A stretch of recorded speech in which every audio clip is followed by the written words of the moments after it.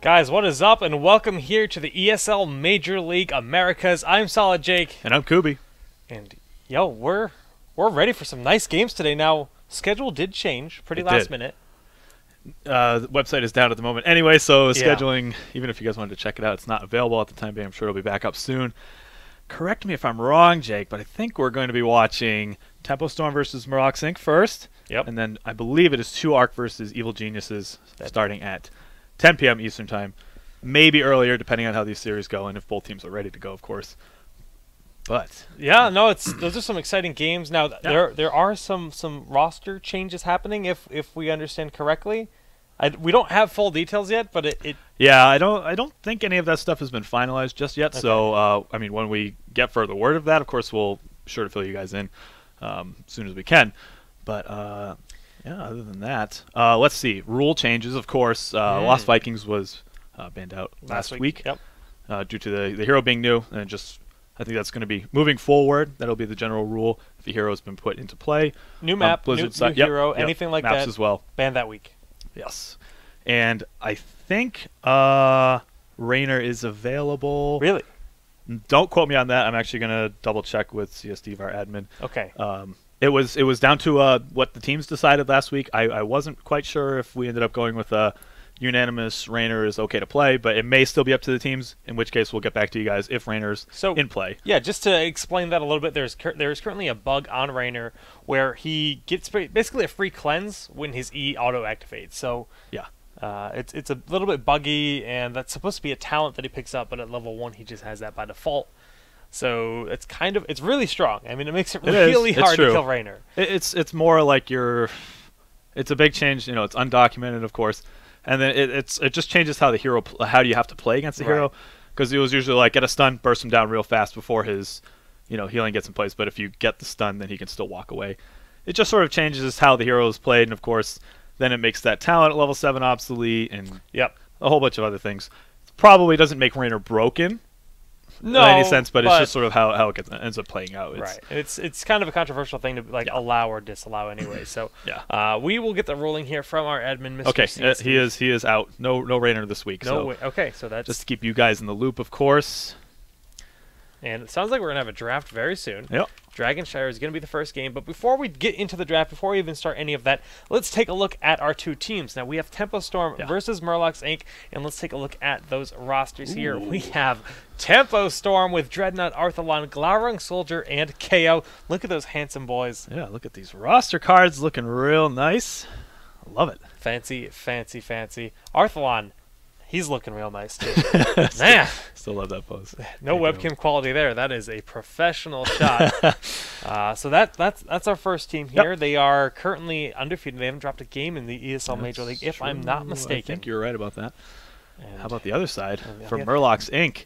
Well, we have none other than Murlocs Inc. And we can see still missing a couple headshots here, though we actually just got them in the mailbox. They'll be coming in next week. But we'll have to we'll get that sorted out for you guys in just a second. But we have Spanker, Atlanta, Clown, Caterpillar, and Mad Timmy. And I think they have extra people on the roster, so that may not be what we end up seeing today. But for the most part, this is what they've been running. Right. This has been like their primary 5, but they also have Echo and Equinox. Now, Echo used to be the captain, but from what I understand, Spanker has taken over as the captain of the team.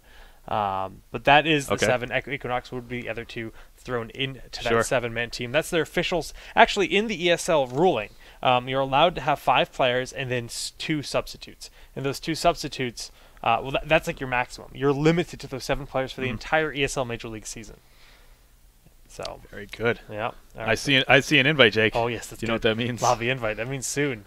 That means soon. We just need Stormcraftu. Yes. That means we can get right into the draft in just a second, guys, so bear with us. I think actually it was posted. Was it? Oh, ooh, yes. Look at that. Never mind. I'll tell them.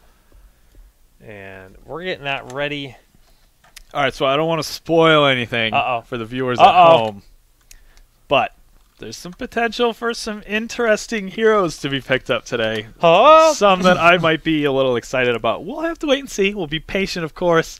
But if this particular hero gets picked up, I can say that we're probably going to be in for some very exciting games. We might be spinning with excitement. You are terrible at this whole spoiler thing. Oh, goodness. Well, we have Stormcraft ready. The lobby is populating. It looks like Yes, Clown, Matt Timmy, Atlanta Caterpillar, the boys of Murlocs Inc. are on their way here, joining our lobby. And very soon, the first game will commence. This is a best-of-3 series here in the North America ESL Major League. That's right. And, we've been seeing some cool stuff out of Tempo Storm. We've been seeing Asmodan. We've been seeing them toy with new things. Do you think we will be privileged enough to see the Vikings? Okay, let's put it this way. Since they were banned out for this previous week, that means that the teams probably haven't been playing around with them too much. I'll just go ahead and take that guess, at least in terms of scrims. They were available for Sunday's ESL. I don't think that they were played. And they were available for the Ding It Invitational, and they were banned on Haunted Minds. Banned once, not played on any other. Not played. Banned once. So that said, I want to venture a guess and say no, but I hope that I'm pleasantly surprised. Okay. That's my take. What about you? What do you think? I'm hopeful. I don't know that we'll see them. With a team like Evil Geniuses, they have... it's a very high APM hero. It's a very high-skilled hero in that regard. And Evil Geniuses has 3 StarCraft 2 former pro players. So, these guys they're used to controlling multiple control groups. They're used to being all over the map. Now, it's a bit different for Heroes of the Storm compared to StarCraft because Heroes of the Storm is a 1v1. Yeah, 2v2s is a thing, blah, blah, blah, but at the same time, this is 5v5. And you can look at it in 2 ways. You can look at it, okay, well, you have 4 other guys on your team telling you, hey, watch your Eric, or giving you call-outs like when to be careful with your Vikings. But you also have to worry about 5 enemy players that are out to get you, and they want to catch you, not paying attention to that one Viking, and just blow him up. So, Stealthy's probably quite strong. A very good Vikings player is going to be reliant quite heavily on that mini-map. Yeah. And if you don't have that information available to you in terms of Stealthy's, that also makes things quite a bit difficult. So I would be very curious to see Vikings, just from a perspective of seeing what the counterplay is to them, how effective they are in team fights, just in general for that soak that we're all sort of theory crafting that they'll be amazing at, right? But as far as I understand from competitive play, teams have been messing around with them too much. Yeah, it seems that way, and it's unfortunate. Well, this is interesting. We haven't talked about the map yet. I don't think yet. It is Dragon Shark. Why is there a pick and no ban? What? Oh, I couldn't see Rhaegar. Was he there? Am I blind? Whoa. Something weird is happening. We have ghost drafting going on here, guys. Something weird is happening. All right, so you guys can see Tychus there.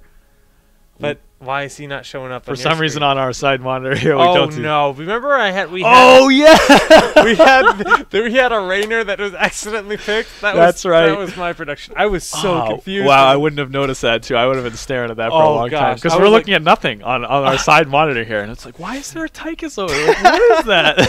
Hashtag MLG production.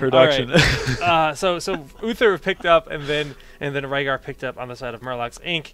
First, or those are the bands rather. Yes. And the first pick is going to be Nazebo. That whole Tychus thing, that was because last week in the last game we played, Raynor was accidentally grabbed. They're like, "Oh, we meant to grab Tychus." I'm like, "All right, guys, don't worry." Instead of redoing the draft, I have magic and production powers, and well, there she is.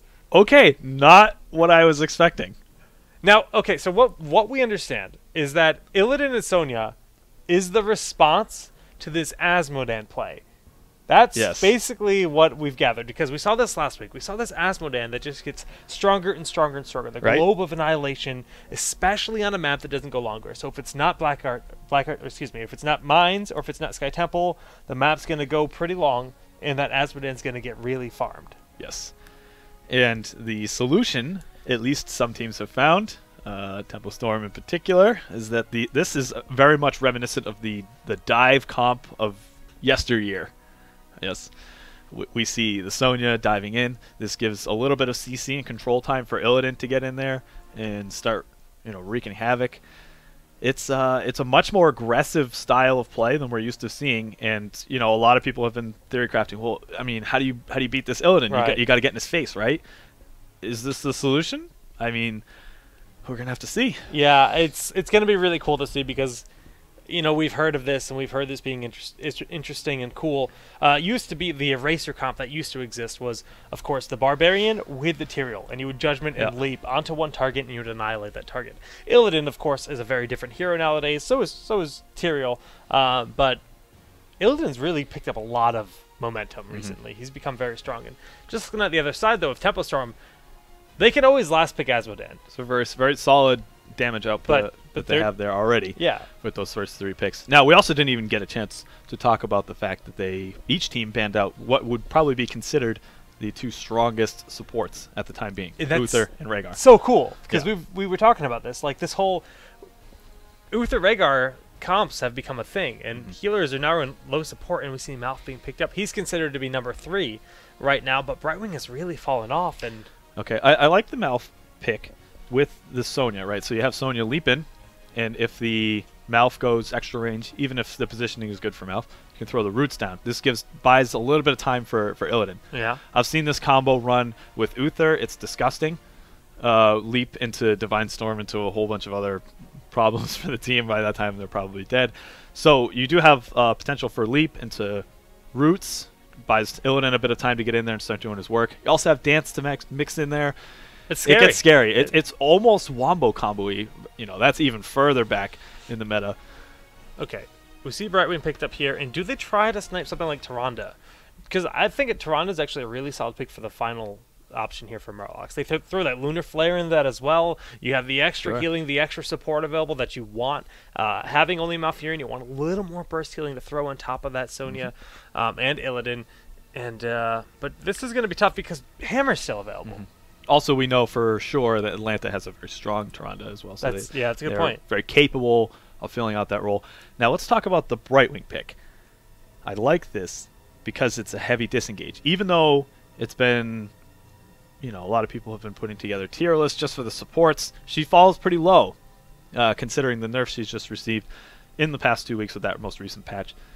She has the ability to disengage still. So, you know, you throw Illidan and Sonya in really fast. If you throw down that Emerald Wind, is the rest of the team going to be able to get there in time to capitalize before Tempo Storm in this situation blows up Illidan and Sonya? Right. It's really strong, and there's so much pressure for that Brightwing to do that. Now, Gorge is going to help quite a bit. I think Gorge is going to be seen here, and Gorge should just remove that threat of the Illidan for a little while, or whichever hero he deems necessary, is going to be nice. But you're right, though. There's so much pressure on the Emerald Wind in this composition. Zagara. And it's going to be Zagara. Okay, Maw. that's... Well, yeah. Maw gets real scary. Maw is like a counter... Could be either. Emerald Wind in some sense, and at the same time, you can leap onto everyone coming out of that Maw, and you throw down that Metamorphosis, and it's like such a scary initiation. So, okay, well, this is cool. The meta has shifted even so much in a week. Silence. Twilight Dream, right? That's still even a possibility. It's not. I'm not saying it's a guaranteed pickup here, but it's something that could be grabbed as well, especially if you have that guaranteed setup. Now, we saw this style of play picked way back in the day, and there wasn't necessarily a strong counterplay that developed to it. Well, counter picks is what I'm really trying to get at. It was more counterplay from the teams. Right. They sort of learned, okay, make sure that your spacing is good, no people are too close together. Is that going to be the same case here? We also have the disengage with Brightwing available, so there's a lot of pressure on the Illidan and Sonya to perform in terms of landing that combo. If they do, the team fights are going to get real ugly real fast for Tempo Storm. So there's also a lot of pressure on the Brightwing to make sure that the disengage is there. Right. The polymorph too, and that's another. You know, Illidan's been picking up a lot of steam in this current meta. He has, mainly because Brightwing is sort of lower on this, you know, support tier list, and especially when Uther's not here. Yeah. Like Uther's like really the only other thing that really shuts him down. There's no Uther, and yeah, Brightwing's here, but no rewind poly. Right. So this is going to be so scary. Absolutely. Those are all very good points to make, and it's cool to see that even though Brightwing is a little bit lower on the support list, she's picked over Lily here in that situation just for the utility. I think you have to. Yeah. I don't think agree. there's a choice. I agree. really don't think there's a choice for Lily. She's definitely better than she used to be, but on that note, we do have our 2 teams. Now, it's going to be Tempo Storm here on the left, and the challengers are going to be Murlocs Inc. Incubus Maximus. Yes. We've already introduced our players, so let's keep theory crafting here a little bit about this composition. We haven't seen Sonya played in the North American meta in a long time. Do you think it's going to be a Leap build, like for sure, just based on this style, or do you think that there's any chance for Berserker? Jeez, look at this. That's new. I don't know if we need to go into busy mode or something to the effect here. All right, back to your question. Yes, I think that there is probably a 99% chance that we're going to be looking at a Leap comp. There's just too much synergy with what the rest of the team has picked up here. From what I've seen, Wrath of the Berserker is just too easily... It's too easily countered with a single stun dealing with the Whirlwind. Even with the new reduced cooldown on it and the whole deal, it's still not up to the power of the Leap. Yeah, I don't think so. I think you're going to be using Leap for that utility to set up those crazy initiations, and they get scary real fast. Yeah, well, we can see a lot of aggression here in the bottom lane. Just a big rotation coming out of Tempo Storm, pushing back Spanker. They know the power of a Zagara alone, and he's just kind of setting up his creep. It's actually quite interesting to see the creep tumors in the middle of the lane, because quite frequently we see Zagaras opt to put their tumors towards the edge. They want to keep their tumors alive because any AoE that happens to come their way will damage and eventually destroy those creep tumors.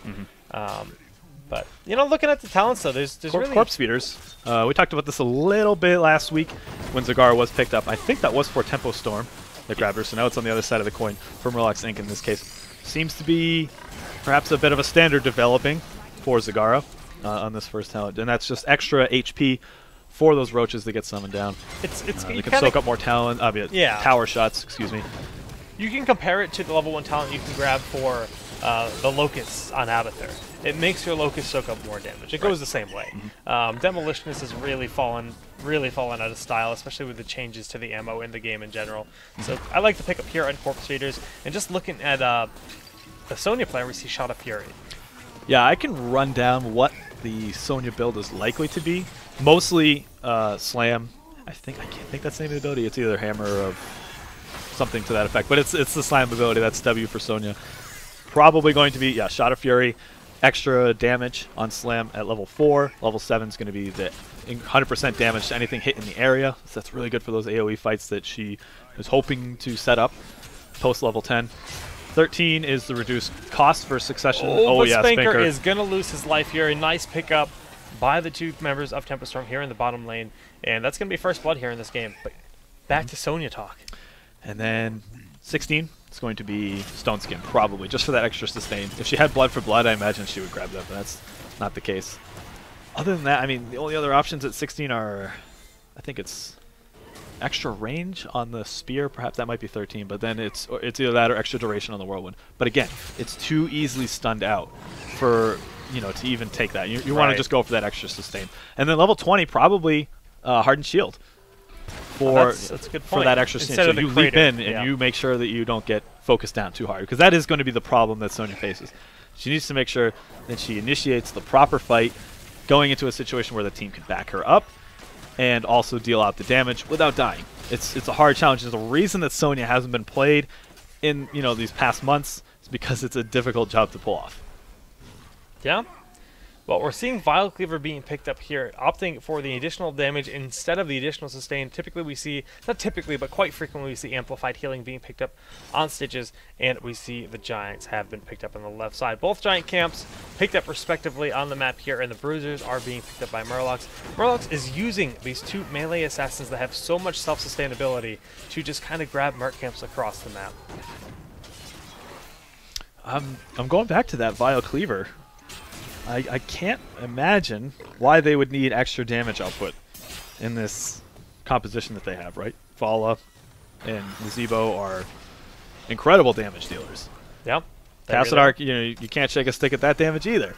They have a very nice lineup, so why would you put your Stitches, who's going to be in the front line more often than not, at more risk by not taking Amplified Healing? It affects your chew your food, you get more HP out of that, your Devour ability. I mean, everything, the synergy's there, and it's picked often for a reason. So I'll be curious to see, or maybe I'll just have to ask them, straight up, what's the deal with that? I think the fact alone that they have, a triple melee composition here they think they're going to get a lot of use out of it and a lot of damage done. And when they only have the one Malfurion for the healing and a little bit of sustain potentially out of Atlanta, at least self-sustain there, maybe they think it might be the extra edge they need here. Clown is actually taking a lot of damage, and he's going to back up with Glowering coming from the below here. It's going to end up getting that one kill. Atlanta should fall as well here. Soldier staying a little bit too long, but with Matt Timmy actually, nice route. Going to zone Glowering out long enough, but the hook is going to pick up Atlanta. Yeah. And the additional shield there from Arthlon made sure that Soldier was in plenty of, in the safe zone. Yeah. For it. It seemed a little crazy for him to dash out and get that hook, but it was well worth it just to secure that kill. Puts Tempo Storm in a very nice position. They've already secured themselves level 10. About 5 minutes into this, they have both the shrines. They're in a very strong position over Murlocs here, and we do see Mad Timmy up on the top shrine, making sure to cap that, just to deny that Dragonite. Yeah, denying that Dragonite, and, well, we see Soldier is going to recap that. Brightwing in the middle lane is there. One thing to note, Brightwing has seen a lot of changes. We haven't seen a lot of Brightwing in general lately, and in this game, well Brightwing has an increased cooldown on the phase shift now. So every single time you do that, it's now 45 seconds, which is a really long time before you can do that again. So when you see a phase shift, you know he's there because he knows he needs to be there. I see Putrid Bile was picked up. I didn't expect that, Kubi. I don't know how I feel about it. Actually, there's some use for it, right? Because you know that there's going to be people in your face, and you're going to get use out of that Putrid Bile, which we see going down right there in that situation. Probably for a safety call there, just to make sure that they stay alive. But you know for a fact that Illidan and Sonya are going to be nearby. So you're going to get some use out of Putrid Bile. But there's also a lot of value in taking one of those two out of the fight for 3 seconds. Oh, there's the heroic leap onto KO, and KO immediately gets engaged upon by that Illidan in the stage dive there to pick up the kill. Very decisive 3-man leap in. Soldier is in a bad spot. The body blocks are real, and he will lose his life. Glaurung popping that strafe, but it's not going to be quite enough to fend him that's off. bad. And, actually, that's not getting out of there. That was a big pun. I completely missed that. Yeah, I was like, I mean, she flew up and off the side of the screen. I was like, I'm pretty sure that was someone on the red team, and they're not living. Well, nice pickup there by the Dragonite. We see the Archon has been popped as well, and Atlanta, it's a 3v2. So this is Tempo Storm pushing them back. Going to be a disengage here. I mean, other than that punt, they had a very nice initiation. Yeah. And I thought that they were going to just back up immediately after that situation. Not the case. They stuck around perhaps a little bit too long. Punt went down, and that allowed them to get pretty nice setup here. And we do see that Maw going down. Yeah, this is a big setup with the Emerald Wind. Is going to zone them off of that giant spot just for a little bit, but Dread has to fall back either way. Dread and Glau both very low, and they're just going to retreat back. If they can tap the well, nope. Caterpillar thought about chasing there onto Dreadnought. It was close. He was right at that tipping point, making the decision to tap that Q to go in. Decided against it, probably for the best, but it was actually quite a bit closer to Dreadnought dying there than it might have looked. All right, we didn't even get a chance to talk about the heroics that were picked up on the Murlocs Inc. side. We have Tranquility from Malfurion. Stage Dive. I was definitely expecting Mosh Pit just for that extra synergy, but you also have to consider if you put too much stock into landing these combos and you find that the enemy team is counterplaying that really hard, they're just playing around it well, maybe that's why they grabbed Stage Dive here for the extra utility, to jump onto the other side of the enemy team during those engagements to get that extra peel. We've seen that run in the past. I want to say it was Vortex that was doing that to pretty nice effect. Yes, it was in some of the games that they were playing last week. So, but at the same time, we saw that used there as like a triple leap. Like Sonya leaps in, and then Illidan dives in with the Metamorphosis. It's true. Kind of like a leap, and then you have Stage Dive, which is also a leap, and it stuns everyone it hits as well. So no, it's just a slow. But it's it's a very large AOE slow, and it's 3 seconds worth. It's a long slow. Yeah, that's the thing. So it puts everyone in a bad spot, and it's like a guaranteed engagement. It's like there's no, you can dodge it, but if they hit the leap, like the rest of it's gonna come as well. So we're gonna want to be looking towards Murlocs setting up situations where they can guarantee that Tempo Storm is going to be clumped up, right? They want to try to force those situations. And I'm going to be honest with you, you're going to get a lot of splitting for the enemy teams, more so on this map than you would any other. Typically the strategy, at least in Heroes, is to post level 10, everyone groups up, and then we start taking fights here and there. But on this map, there's a lot more incentive for both teams to be splitting up to make sure that they're capturing the shrines. The Merc camp pressure on this map can be very strong. So, yeah, I'm curious to see how Murlocs is going to try and force these situations. And they have a good one here, but they're choosing to counter push. Yeah, they really are. I mean, they're getting pushed. They're getting pushed in 2 lanes, while Tempo Storm did get the first fort pushdown of the game here. Cattle, Mad Timmy, Spanker doing a lot of damage, but they're going to fall back as they know the rotation is on the way. Sure. Yep. And we did see the Tempo Storm picked up that top fort. Ooh, that's a really interesting stage dive in the phase shift. Came out from Dreadnought. Emerald Wind being used, but almost completely whiffed. Clown is super low, and the Strafe will end up securing that kill. Caterpillar also quite low. We see the first aid. Gonna keep him alive for a little while. The shielding come out on Clownrung as he falls into safety, but I'm not sure if he's gonna be able to live. We see the healing totem as well. The zoning so good here. The hook is gonna end up picking up Atlanta, but not really the target that they're hoping for. But that zombie wall will actually lock him in. And the poly. Okay, first of all, the stage dive was in the weirdest of spots. I don't know what he was trying to do there. I mean, just how far he was away from the rest of the team. And it was a situation where they had already said, okay, we're going in on this fight. I'm not sure why the stage dive went down in that situation. That aside, Polymorph actually did a lot of work there twice in that fight, once onto Sonya, once onto ETC. So no rewind, but still making a lot of work there. Don't count Buttwing out yet. That's what I'll say. Mr. Zoya likes to call Brightwing Buttwing, of course. And she is still a formidable hero, that is for sure. And we're going to see the bottom fort has fallen. Middle fort going to fall to this Dragonite. The Dragonite has a full health bar and 45 seconds remaining. So they're going to be able to get a good amount of damage done here. All 5 members of each team are up. The level 16 advantage is still here, and 16 has almost been picked up for Murlocs. Yeah, I mean, this is a rough situation for Murlocs that we're looking at. They need to defend as best they can while they wait for their heroics to come off cooldown. Everything about this team comp is so heavily based on their heroics, and that is a really sick hook from Soldier. That is pretty much a guess, but an educated guess. Yeah, I mean, hook poly, you can never count that out, and that was Illidan. That's why you saw the Emerald Wind being used, because that's a force displacement, disallowing him from being able to use any abilities securing that kill, because otherwise he might be able to get out of that, because that's how slippery Illidan is. Yeah, now they're in a situation where they have to wait for Illidan to come back up. They can't do anything aggressive. Atlanta cannot die here. That's... Oh, this Strafe is just doing so much. It forces out an Ice Block. Atlanta has to tap the well. Soldier is looking for that hook once again. This keep is going to They have to give it up. They can't get too aggressive trying to defend it. It's going to spell the end of the game for them. They have to be so careful while they wait for Illidan to come up. Okay, so now he's back up. It looks as though Tempo Storm is disengaging here. They're backing up just to try to get this mercenary camp bottom lane. They're going to take Giants. So they're going back to take quite a bit of map pressure. This is where Murlocs needs to get very aggressive. They have to take some risks here, but they need to isolate members, and it almost looks like Dreadnought was caught out there. Nice presence of mind from Dreadnought to back up, realizing that, okay, how can we lose here? How can we throw away this advantage that we have? Oh, one of us gets caught out trying to get cheeky with these Merc camps. So nicely played there to back up. But also nice on Murloc's side to realize we can get aggressive based on the composition we have. Right. I mean, if you look at the cooldowns, like everything is off, but they still know that they have a positional advantage. If they catch Tempo Storm in a position that they don't like, they can get that full combo, and that's what they're looking to. That's something they can continuously use to their advantage on this map. They might have it here. Especially in a chokehold like this. Yeah, if they can get that initiation, if they can get a big maw here. Zagar is stepping forward a little bit. No, there goes a stage dive and the leap going on in as well. Oh my goodness, the Emerald Wind just pushing Clown over to the side to pick up the first kill. The Maw is going to lock them in. Mad Timmy is going to be zoned completely from the rest of his team here. No, the Tranquility is keeping him alive. Okay.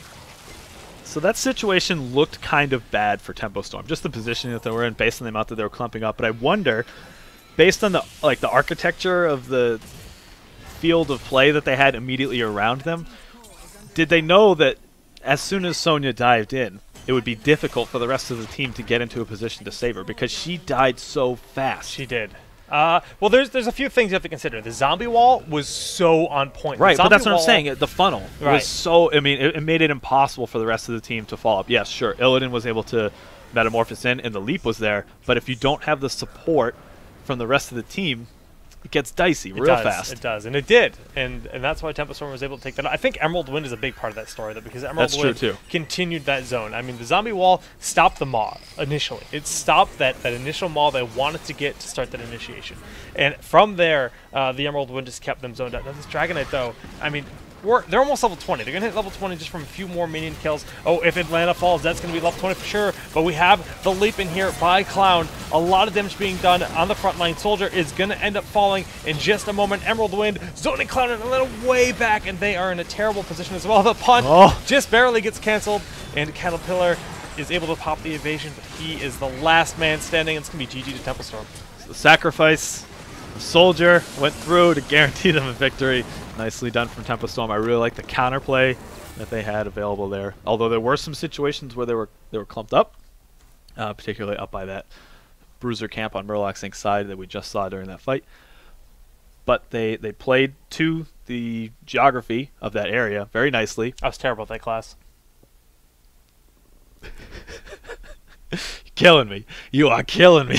But no, really though, like you said, the zombie wall. Yeah. Was very, very clutch in that situation to block out the rest of the team so that they couldn't get in there to follow up to support. We were looking for that Maw, and I want to say Zagara was close enough.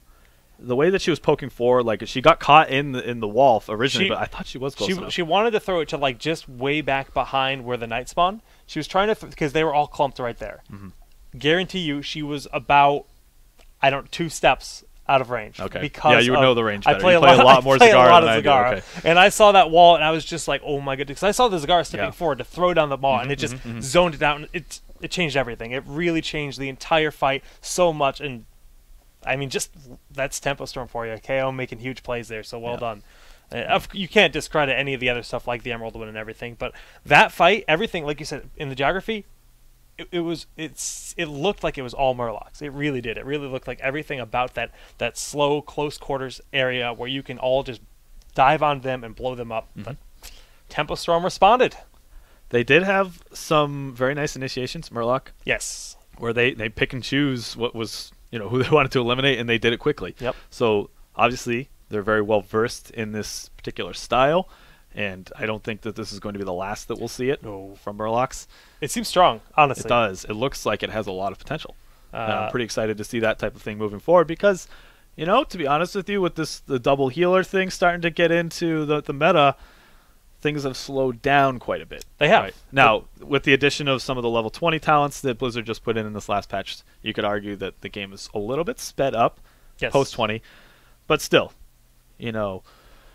double healer makes for some very slow, drawn-out team fights that honestly end in both just the teams just disengaging because nothing's happening. It promotes passivity. But we saw bans on Rehgaru through that game, which is what we thought might happen here.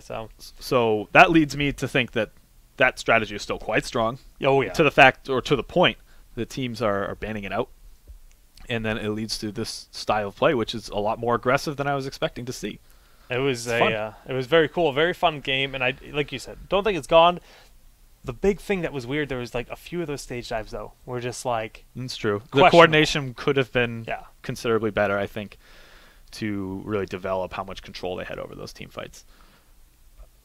But oh well, GG's there. Game 1 going to Tempo Storm, but that's not the end of our series. Absolutely not. We are going to go to game number 2 in just a few minutes. I think we're going to get that lobby and draft set up for you guys in just a few, so stick around.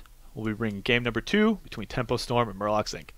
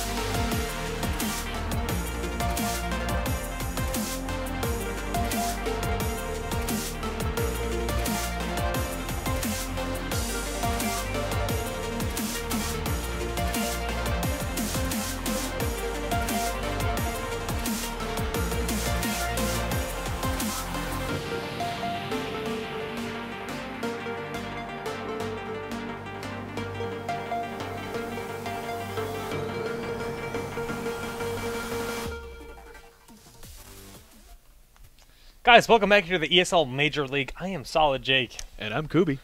And we're getting ready for Game 2 here between Tempo Storm and Murlocs Incorporated. We are on Garden of Terror, no less. I can't believe I called them Incorporated. It's Murlocs Incoming.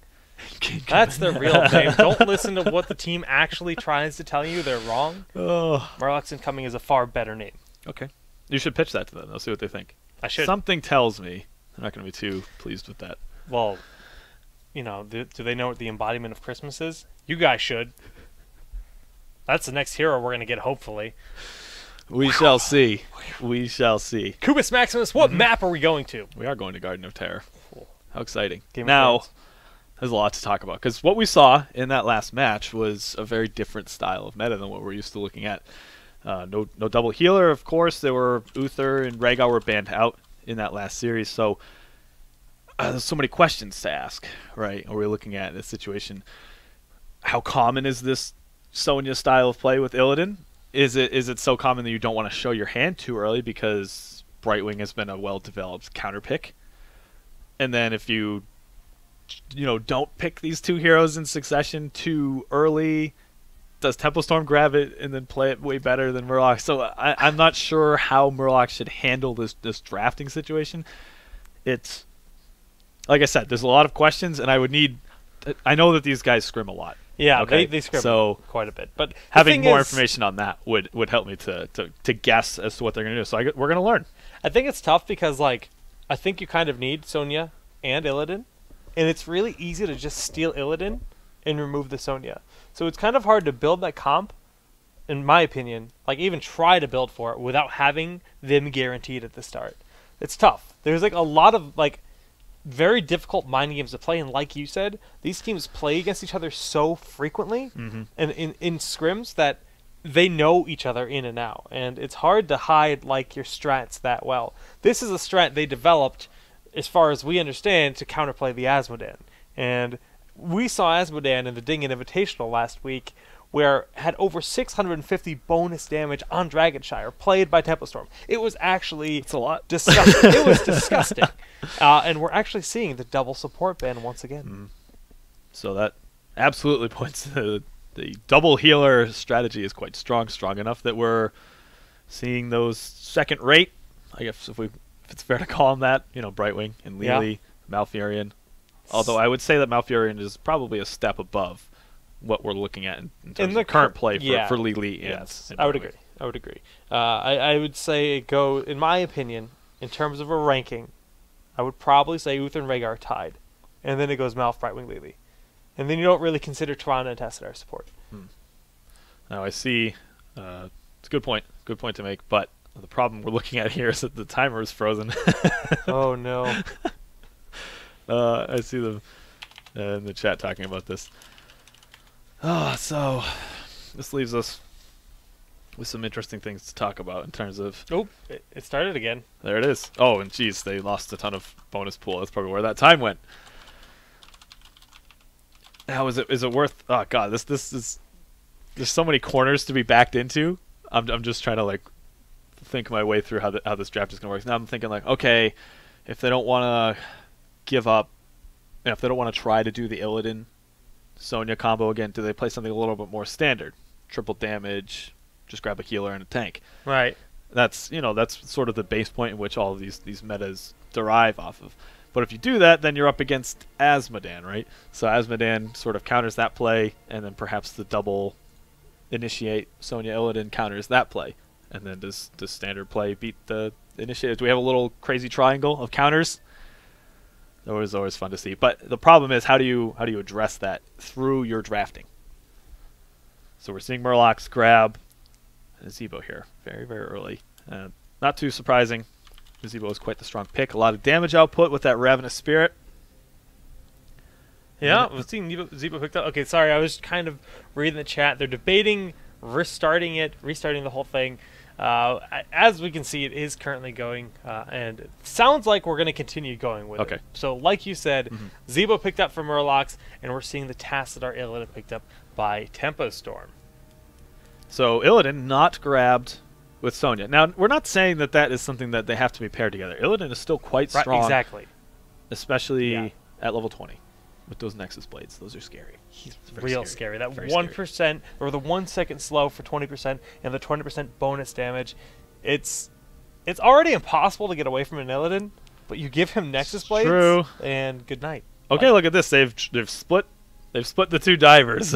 This is interesting. The map is Garden of Terror, and it's going to be a very different game. So now Nazeebo has swapped hands and Illidan has swapped hands. Tassadar remaining with Tempo Storm, and ETC Sonya remaining here for Murlocs. So they still have ETC, who a lot of teams would say is probably the strongest tank in the current state of the meta. And when you have the leap and the potential of Stage Dive or Dance, there's a lot of power. And my question is if Tempo Storm lets him get Zeratul, is that what you want to go for, the VP, for that like guaranteed setup? Yeah, I think that could work as long as they're on point. Now, I'm trying to think that the stun time from Leap isn't quite enough to cover ETC dashing in Yeah. and initiating Mosh Pit. So they would need another either Zagara Maw, but then it's like the leap is almost unnecessary at that point. True. Because Maw into Dance is already a well-established combo. Very true. So there's a few things that can do here. Jaina actually works really well with Blizzard builds. You get the increased wits on the Blizzard, you leap in, and you throw down Jaina's damage as just ranged AoE. It's slowing, it's a lot of damage. It actually pairs really well with this kind of stuff, and especially when you're looking at Ravenous as well. They need a support, but they need one more damage dealer. Looking at Tempo Storm, Oh my. no Buttwing. Oh my. Not yet. They're probably not going to grab There's no double support here. I don't think so. That would be, Tyrande, maybe. Yes, maybe. that's We're possible. looking at Garden. Tyrande makes some sense. We do know, we talked about Atlanta playing Tyrande. Sure. Yeah, that's actually a good point to bring up. If they grab the extra width on Lunar Flare, That's very good. leap, Auto time attack out the build. Lunar Flare. Auto attack build. You get the improved Lunar Flare 1316. Yeah. You get Hunter's Mark. You can really blow people up. It's true. Hunter's Mark at level 1. But that also allows to fill in the gap where leap doesn't quite set up for Dance. True. But Lunar Flare will cover the gap where he can get in. The startup goes off. Depending on how clumped up they are. Okay, so the timer has again stopped. They're saying, just finish it in chat, in the lobby. And it sounds like that might be happening. We're going to read you guys the other picks as they happen. As it seems Stormcraft is having a bit of an issue tonight. Yeah. Looking at the Tempo Storm side, though, do you think it's going to be Muradin or Stitches or something else? I don't see why they wouldn't grab Stitches here. Okay. Well, they just announced Zagara is their last pick. Okay. So it's going to be Zagara as the final pick for Murlocs Inc. So mark that down in your brain and on your notepad. Oh yeah, I got. You're right. Thanks, Jake. They picked Tychus. Cheaters. It's going to be Zagara, and it's going to be Stitches. So it's not Tychus. Disregard that. We're even going to take that off the screen. It is going to be Zagara. It's going to be Stitches on the side. Yep. No Diablo yet, guys. Not yet. Maybe soon. Who knows? You got so excited when EG picked Diablo last week. No, I wasn't. I mean, yeah, seeing Diablo is exciting. What I was more excited about was the fact that you were like, no way they're going to pick Diablo. It's not going to happen. Not in 1,000 years. And I was like, I don't know, Jake. They might grab Diablo. Boom. Diablo. I was just very pleased with myself. And, you know. I was pleased with the results as Diablo got wrecked in that game. He got absolutely obliterated. I think that the concept was pretty smart. I like the idea of the Diablo there. The concept of your existence is pretty smart. Does Oh, it mean yeah? I like it? God. Call-outs. Ruined. Ruined. Okay. Guys, this is the ESL Major League. Dreadnought says he AFK'd for a second. I'm not sure what just happened. I think the whole world just shook. Earthquake status. Was that a cat? Uh-oh. Did I just get my mic disconnected? Or was that me? That wasn't me. No, you're fine. Okay. I just heard some mic noises. I Oh, didn't know that if was- the cat was like walking by the cable or something disconnected. Did I brush on my shirt or something maybe? Kubi's kitty is a... She's mischievous, man. Let me tell you. She gets into all kinds of trouble. If someone mails me a new webcam, you guys get cat cam. Till that day. Wow. Till that day. The demands. All right. Teams are ready. We're going to tell them that we are ready Yes. for game number 2 here between Tempo Storm and Murlocs incoming. They're gonna hate How me. do you think the map plays into these picks? Well, we're thinking Game of Thrones, Garden of Terror, Game of Thorns. Is that better? And These references are lost upon me, man. I'm sorry. it's just a wordplay. I mean, Tempo Storm is a very general, like top tier hero kind of composition. I'm actually kind of surprised we're not seeing Brightwing. I'm actually really surprised to see Lily. Now, the thing about Lily, we don't see her a lot in competitive, but she gets incredibly powerful at level 20. Once she gets Kung Fu Hustle, those cooldowns are like negligible. Yeah, at that 20 point. seconds between those 1,000 jugs. That's a lot of healing. It is a lot of healing. But overall, though, I mean, just looking at the comps, I don't think either team has like an overwhelming advantage based on this map, really. Yeah, stage dive can be good, and you can utilize that for extra soak or something. Ravenous is really powerful on this map as well. Okay, he's back. Yeah, just a bit of a hiccup. Clown does that frequently for whatever reason. But I honestly think it's going to be dead even with these two comps. Yeah, it's going to depend a lot on who initiates into who. Now, of course, Stitches is going to have quite a bit of control over that with the hook. Still a very strong talent, even though the 2 seconds have been nerfed off of its cooldown. However, if Illidan jumps into the fight against Murlocs, you have a lot of stun and counterplay available on the Murloc side of things between Leap, you know, Ancient Spear, Slam. Everything's doing a ton of damage, so I don't know who's going to initiate on who, unless there's a ridiculous hook from Soldier. Oh, there's the hook that we see immediately in this game. And even though we didn't announce it, on the blue side it is going to be Tempo Storm, and on the red side it's going to be Murloc Sink. But on that note, yeah, those guys fighting on the string there.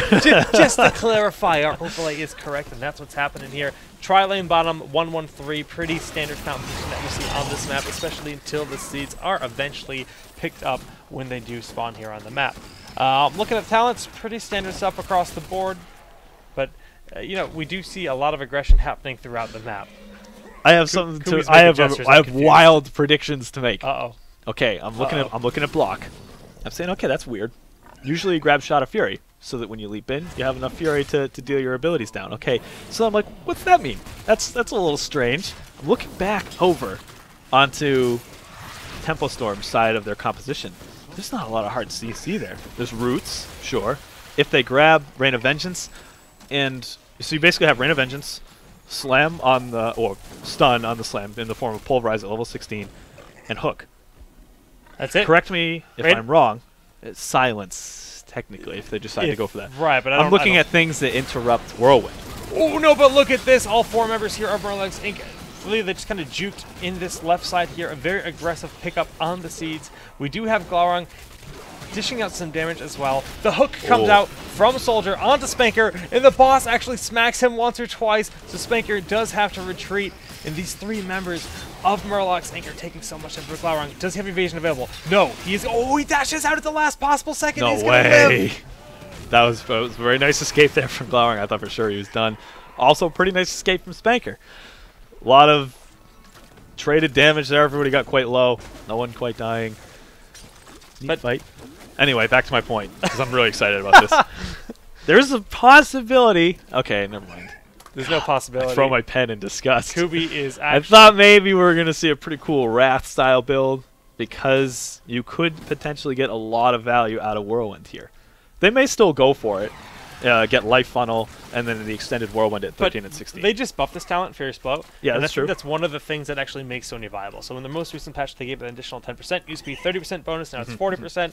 So giving that up, I think that's a lot of the burst that comes out of Sonya. I think they're kind of reliant on that. Looking at their comp, they need that damage. So up until level 10, it may look about the same as we saw last game. Yeah. Post 10, there's a chance that it will be developing a bit of those Whirlwind talents just to get the extra sustain from Sonya because of the lack of stun. And honestly, if Stitches has to save his pull, his hook, just to deal with Whirlwind, that's huge, because it's very difficult to kill Sonya. I'm just going to tell you guys this right now. She's hitting 3 people. It's very, very difficult to kill her if she doesn't get stunned out of that Whirlwind. Right. Anyone that's unfamiliar with Sonya, the Whirlwind, now we see the kill there on Sonya, so the Whirlwind's not quite there yet. But the Whirlwind essentially gives lifesteal, and when you're hitting multiple targets, especially when you're around a group of minions, she heals up incredibly quickly. Being able to stun that out sometimes becomes a crucial bit of utility that you need, and there's not a lot of that. Now, we saw Sonya was picked up. This grants Tempo Storm the ability to pick up these seeds from this Plant Terror, and we see the response here out of Murloc Inc. grabbing the bottom Plant Terror. Yes. Of course, those of you guys who are unfamiliar with the map general mechanic here, these terrors and camps spawn in between top and mid and bottom lanes. Teams sort of do a little bit of PvEing to collect seeds. If you pick up 100 seeds during the night phase, or, I mean, you can see that they carry over between phase to phase, you are granted the ability to transform one of your heroes into that Plant Terror. Plant Terror is very good at pushing if left alone, so he can throw down that overgrowth ability. He's also quite good, surprisingly good, with his AoE polymorph ability to fight and to sway team fights. So we'll have to see how each team uses it. Now, of course, Murlocs, as you guys can see, were victorious in the seed battle. They have picked themselves up a plant where Tempo Storm was not able to. Now, Garang being very aggressive in the front, trying to do a good amount of damage to that plant tower. They're just trying to whittle it down as fast as possible. Kubi, one thing I want to pick your brain about is we're actually seeing Vile Cleaver again. What are your, do you think it's the new meta here? Do you think it's like they've done the math and that's the way to do? Because we're seeing it back-to-back games with different composition in each game. I'm still perplexed. Okay. I'm still honestly perplexed by it. We'll just have to see how quickly they focus Stitches down. Maybe they've been seeing in recent practice that they just ignore Stitches. And they say, why are we even grabbing these talents anyway? Sure, Tenderizer at level 7 that we're seeing Stitches grab, that's a good utility. It helps to chase. It's 25% slow for 1 second every auto attack that he throws down. Vile Cleaver. But then if that's the case, why not just end up going for a slam build? Maybe extra burst healing. I'll be straight up with you. It's pretty confusing. Okay. All right. Fair enough. Well, the Terror is continuing to just roam around doing its damage. Only a few seconds left on its duration, and that final Overgrowth will be fading away as Tempo Storm eliminates it. Overgrowth gets hooked into a terrible position. Dreadnought going to try to zone him out, but the roots do not connect as Atlanta dashes forward. But this zombie wall is going to connect on Arthalon. Actually, Kurt destroys one zombie in the wall, breaking the full circle. Breaking out of prison there. Breaking out of prison. Smart of them, of course, to put Atlanta in. That means that you lose your peel for potential team fights that happen, but he has a very high chance to... Wow! Oh! Level 10 picked up for both teams. The nice dance is there, but here is a big heroic lead. The healing is just so big right now. Atlanta seemed like he should have been dead 10 times over, but he's still alive. But in the meantime, Zagara has fallen. Mad Timmy, one more shot. No, the heals are there in the trait that Lily has, allowing her to get the additional movement speed to back on out. Gonna be enough for her to escape. The leap was completely off. Hit no one in the dance, so they had to catch the one person in the dance. Leaped in, missed, and so I was looking at the situations. Murloc's probably going to get destroyed here, but Lily has pretty good sustained recovery. The healing ward was placed in such a way that there was quite a bit of an overextension there, and they were able to pick off Illidan, almost Vala in that situation as well. So I was surprised the fight turned out the way it did, considering the start from Murloc. So nicely done for them to turn that around and keep it at a 1-for-1. That said, Metamorphosis was not used in that last fight. I wasn't paying too much attention to Illidan. I was sort of watching Sonya with the leap there. I don't know if that's one of the bugged cooldowns or not, but it definitely could be. We're not positive on that, but we see the rotation out of Murloc Tank. They are collapsing a bit here. Dreadnought backing on up. Soldier is way overextended, and he's going to rotate back with the Putrid Bile to escape. That, of course, gives him movement speed and slow. Matt Timmy will lose his life this time. There is no getting out of that. And the Metamorphosis, like you said, off cooldown, allowing Glaurung to go in, blow Caterpillar up, and Clown should end up falling as well. Wow, the overextension, but he's going to get it, I think. Oh, the slow from the fort was just enough to allow the leap to come into play to get Sonya out of there. Yeah, that's the power of Illidan. That is the power. If he gets a team fight that's slightly in his favor, he cleans it up so hard, and it becomes so scary to deal with. And it gives Tempo Storm the nice advantage here. Now you could say the same kind of for Sonya, right? She doesn't quite have the same chase ability in the sense that the cooldown for Spear is quite a bit higher than what you would get for the dive that Illidan has. So it's going to come down to Murloc needs to deal with Illidan better. I mean, the hook was pretty nice onto Lily. That pulled out their support in the fight very early. I mean, one thing we talked about a bit earlier was there's not a lot of stuns on the side of Tempo Storm. Look at Murloc's. There's not a lot of stuns there to stop Illidan either. I mean, there's ETC has the one stun and he has the knockback, and then Sonya has heroic leap, but beyond that, Spear too.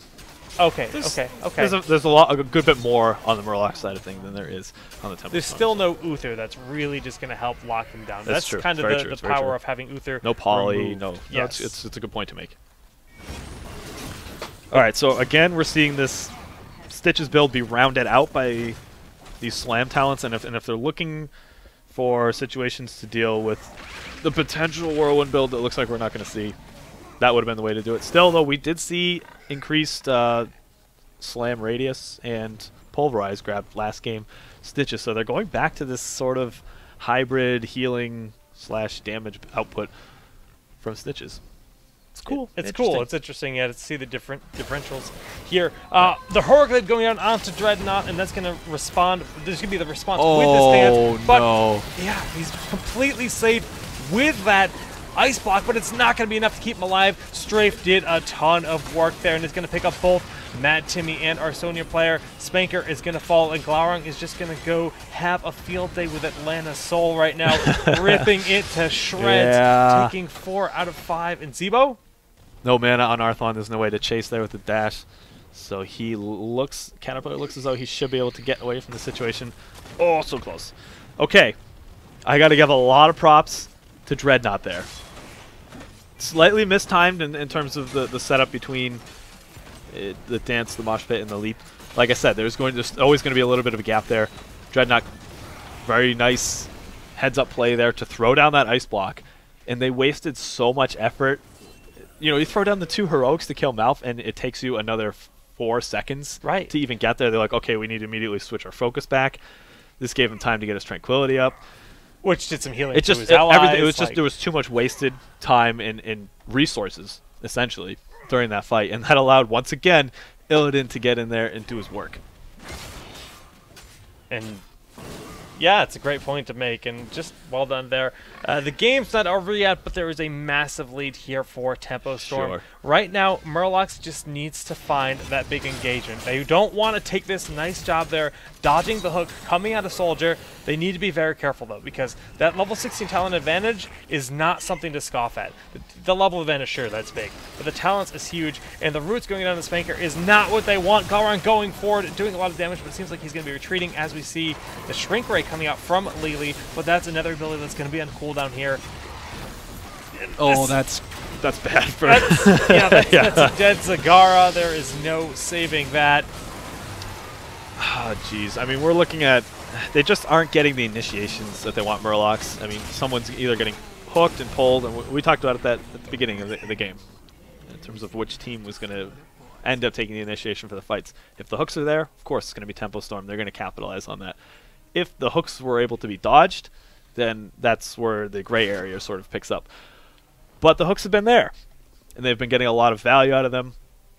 Either that, or we see plays where they're sort of wasting a lot of time for Sonya to dash in and the dance, etc. So Tempo Storm has just been taking every situation, adapting the tools that they have to either waste time, too much effort going into one specific hero, and we do see them rotating around. This is nice, but they don't have any heroics off cooldown, so they're not going to be able to capitalize on this. Yeah, you don't want to waste the Maw, and Atlanta is going to get picked off with that hook. The roots will not be true, but we see that Glaurung is making his way down, and this is going to be a ton of damage between the Strafe of Vala and just Glaurung in general. Mad Timmy in a tight spot here as Glau is going forward. Jugs comes out, but I don't think it's going to be enough as the hook Soldier.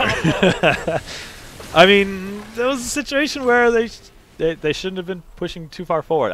I didn't think that they were going to get rotated on so hard, but they had very little to gain, considering that their burst and ability to leap into those fights wasn't there. They didn't have the cooldowns off.